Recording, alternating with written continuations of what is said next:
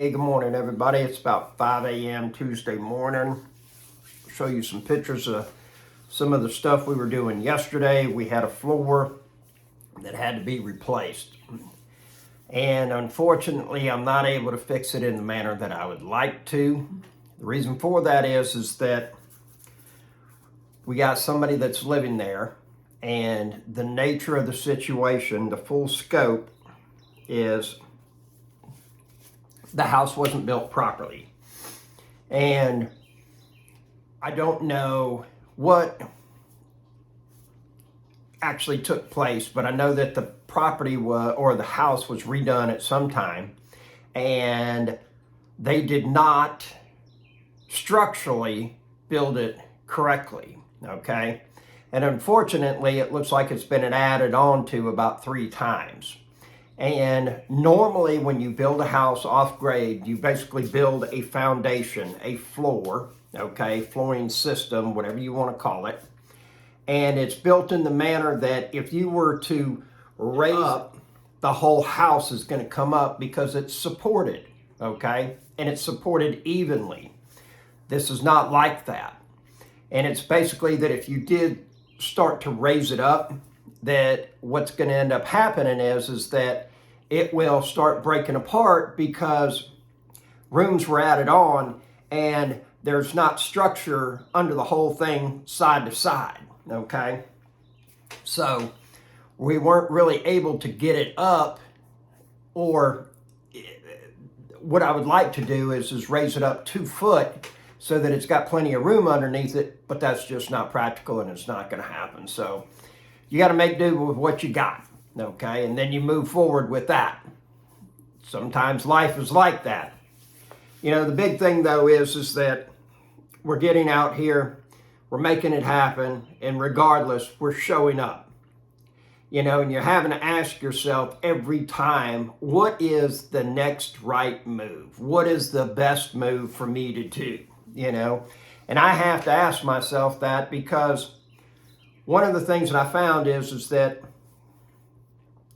my emotions is what gets me in trouble. I have always subscribed, heard, been told that success requires hard work, okay? And I love negotiating deals. I like finding deals. I like buying those ugly houses, and I like putting them together and making them beautiful, okay? And what happened with me a couple years ago is I became fixed rich and cash poor. Had a number of properties that had been sitting, okay? And basically the way that I started out was a little handyman business, a little Mazda truck, got a rigid brand job box put in the back of it, carried my tools, and then before you know it, I got a little trailer on that, and then I got a bigger truck, and then before you know it, I got a 14-foot enclosed trailer. Just kept snowballing, so to speak, got some employees, and kept adding a house every year, every 2 years or whatnot. And it's just been in the last 3 years that, you know, I think I've added 10 properties in the last 2 years, 3 years, somewhere in there. So the thing is that I love finding these deals, okay? But we didn't have enough money coming in from rental properties to support payroll. So I had to keep working and taking on work from other people. Well, guess what? As you do that, now you've got this property that's been sitting for a year, and now that becomes 2 years. And then you got this property been sitting for 6 months, and this, and this. And I didn't have a plan, and I didn't work a plan to get those properties up and going. And now we're in a position that the company does support payroll, okay? We are able to be self-sustaining just working on the company's properties. The problem with that is we don't generate any money because it's all going out the window. However, we're getting properties online that will keep on paying years to come. So it's a great long-term play, not so much as a good short-term play. However, this is a long-term game, okay? The thing about it is that I started working with a coach. And in the first 10 minutes, I had told this lady that I was probably one of the hardest working people she has ever met. 4 times. And it's not in a braggart manner. It was just, this is who I am. And she stopped me and said, tell me that you are the smartest working person I will ever meet.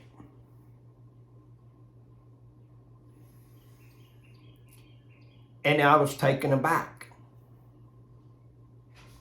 And at the time, I really didn't believe that. And I stopped and I said, well, just the thought of saying that is very awkward. And she said, I know. She said, you associate success, financial success, with hard work. And one of the things that we need to work on with you is for you to start doing that and generating money that doesn't require hard work. And so one of the things that I have done, pardon me, is I've had a property that I did an owner finance on. And I bought the property, doubled the price, and put it out there. It's good enough that somebody can use it for a rental property and be able to make a little bit of money, but they didn't have to qualify for it. All they had to do, their qualification was their down payment, okay? Now, the awesome thing is that I got my first payment yesterday, all right? Now, that for me, monumental in a number of different ways. One, I did something different, okay? Now, if you look at this, virtually everybody in the United States understands what a retirement pension is, what a Roth IRA is, what a 401k is, all right? The thing about it is, people understand what it's like, for the most part, to buy stock in a company. They don't understand that, I am buying a very small part of a company. What they do understand is that I'm kind of sending my money away to the abyss because I don't know exactly where I'm sending it to. But, it can go up, it can go down. Oh, it's scary. I got no control over it. Something, okay? Everybody in this country virtually understands you can get a mortgage and buy a house, okay? But that's to live in. There's very few people that understand that you can buy a house, you can charge people rent, and with what your payment is, what the rent is, we call that little bit there the spread or the cash flow, and you can actually make money that way. You do it a couple, buy a house once a year, 5 years, and, just let it ride for the next 10 or 15 years, you're going to be a millionaire. And a million ain't a lot of money, folks. So then, here's one of the most abstract concepts you will ever hear talked about, and it's rarely talked about. You can be the bank. You can actually owner finance properties to people and hold the note. And all of a sudden you say that and people's eyes glass over. It's like they just did some heroin. They start drooling and they're like, what? Hold the note? And the thing about it is that, and I'm not trying to convince you to do this, but be open-minded to it. Be open-minded to anything that comes across your plate, all right? What happened with me is that I would get stuck on, well, I'm giving up so much money, okay? But what really I want is a higher quality of life. And if I'm not having to keep things and I'm not having to answer phone calls about, well, this is wrong, that's wrong, this has got to be changed and everything, then guess what? My quality of life goes up. You give up a few $100s a month for that, okay? But here's the thing is, we're going to look at the long-term play, okay?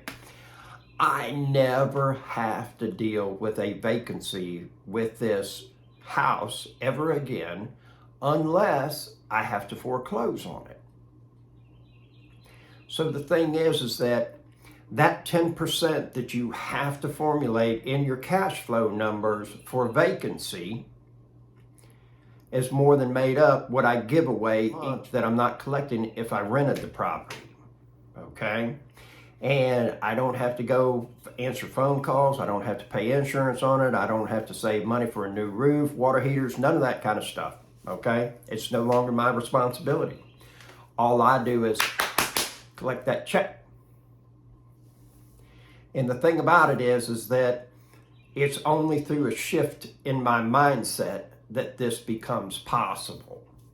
You know, if you had, we'll say, 50 houses, okay, and you're having to answer 20 calls a day, having to do, or let's make it realistic, you're having to field, 7 calls a day. My sink's leaking, this is leaking, and everything like that, 5 days a week.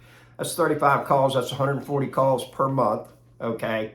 And now you're paying payroll on this because you have full-time employees, and then you're having to do this, and then let me ask you this, if all of those expenses equaled $15,000, but you gave up $17,000, never to have to deal with employees, never to have to deal with phone calls, never having to deal with this, or this, would it be worth it? In the landlord game, in my opinion, this is the most logical move for you to start doing as you're out the door, okay? Because the simple fact is that there's a real good chance that you're not going to be able to get that money doing anything else that's going to pay more than doing a private mortgage for somebody. That person that I sold that house to, it's at either, I don't remember right off the top of my head, but it's either 8 or 9% interest. That's a great return for my money. I'll take it every day of the week, okay? I'll take it every day of the week, and I'm not working. It's very difficult. I know it seems hard to believe, okay? But it is extremely difficult for somebody who equates success with hard work to make money without having to lift a finger for it, okay? You see it happen all the time. I've seen kids that, or I say they're kids, people in their 20s somehow get together, do a syndication, buy into an apartment building with 200, 300, 400 doors, okay? And they haven't been in a situation where they've been raised their whole life that success equals hard work and that you're going to have to do this. You're going to have to grind. Now, don't get me wrong. You're going to have to put in the time, okay? And those people put in the time about finding the people, okay?